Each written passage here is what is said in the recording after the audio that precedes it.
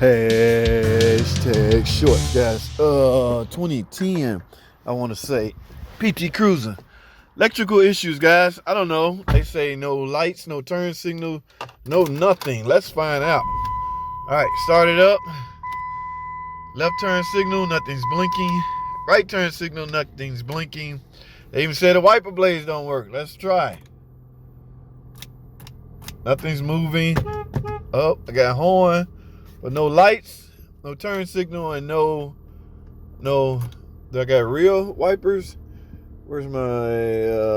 Ooh, I don't forget how to do that. I got hazards.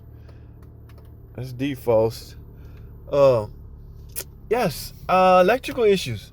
So I don't know. This car is semi-computer controlled, so let me hook up my pod and find out. This is a shorts video, guys, so y'all stay tuned for the main video. Hashtag short. Ooh, welcome back, guys. Well, with a little manhandling of the switches, guys, I'm in the shop, and I just grabbed the switch real hard and give it a little jolt. Guess what, guys?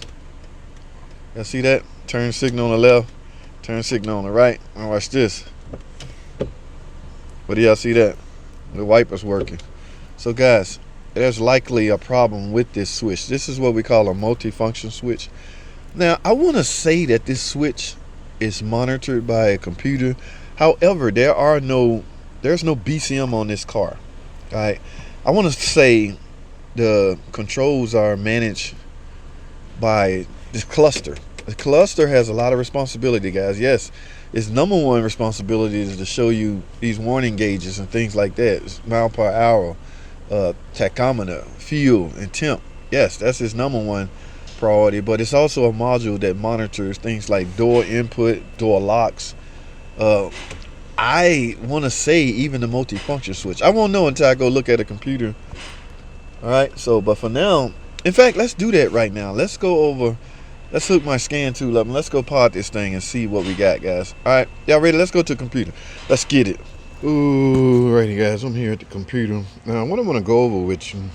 Now, as you know, there's no BCM on a PT Cruiser, right? So a lot of those functions have been, they are now the responsibility of the cluster, guys, the CCN, okay? Now, let's click this because you see it's yellow, so that means there's some trouble codes. That's yellow in all of these, but I'm mainly concerned with this. Let's click this. Now, by looking, okay, I was there. Looking at the DTC, look at this code, guys. You all ever seen a code like this? U1149. Lost communication with the multifunction switch. All right, now mind you, it's working right now. So the computer is so sophisticated, I guess it captured it when it wasn't working. All right, and now it's showing stored. I'm sure when the problem was evident, it was showing active. There's another code, trunk release. We all know about this code right here. You can't get that trunk release switch anymore. I did a video on this. I want y'all to go watch that right here where I spoke of. Actually, this is active. So right now, remotely or from with a switch, I cannot electronically open the latch, the lift gate in the rear. All right, but we're concerned with why the wipers are not working and why the headlights are staying on. And what was the other complaint? The turn signal don't work. All of those are controlled by the multifunction switch, which the computer picked up a problem with. All right, does this mean you need a multifunction switch? It's possible. There are some more tests you should do, but I don't know anybody that go through the rest of those tests. When you see a code like this, it's basically meaning the computer saw an intermittent problem, now it's back.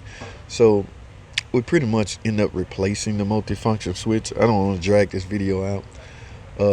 So yeah, guys, in fact, I've ordered one and it's here. I'm gonna show y'all how to do this, but this is his problem right here, guys. So enjoy the rest of the video. But anyway, let me get on with it, man. I got a new switch. It has came in, or it's now arrived, so I'm getting ready to replace this.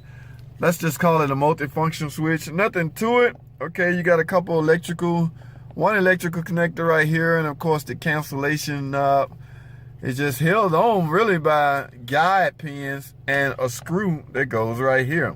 Okay, so first thing you got to do is get this cover off.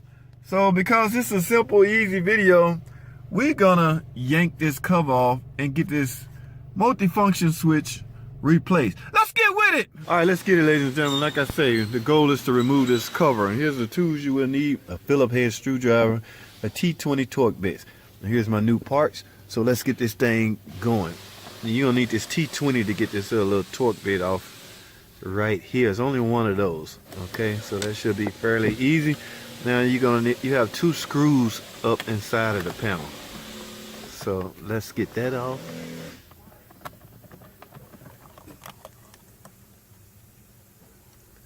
Alright, we got the last screw out. Alright, so let's get this panel off right here, man. Just grab this sucker right here and pop it off. Alright, so we get that out your way. Alright, now we got the okay, now we got the screws out. Just simply lift up on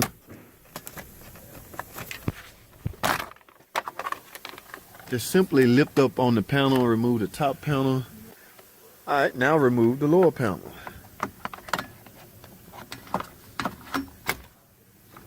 Alright, now here's the one screw that's holding the multifunction switch on. And here's the one electrical connector that plugs into it. So let's just use a Phillips head screwdriver to get this screw out. Now also keep in mind, this is Gen 2. So the multifunction switch, this is Gen 2 PT Cruiser. The multifunction switch on a Gen 2 is totally different from a Gen 1. Gen 1 PT Cruiser is 01 through 05. Okay, in 06, the electronics to the PT Cruisers change dramatically. Okay, this car now have a computer called a tipper. The older ones didn't, so always keep that in mind. So, all right, so we got the switch out. Now let's simply unplug the electrical connector. This is another electrical connector right here. Simply unplug it.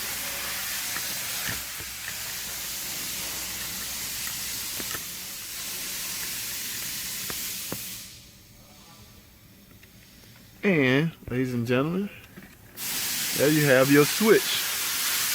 Okay, told you it wasn't that hard. Now we have this off, simply reverse the removal procedure for your new switch, and your turn signal should be working again. Alright, so I'm going to end this video right here. Thanks for watching. Comment, subscribe, and I'll see y'all on the next video.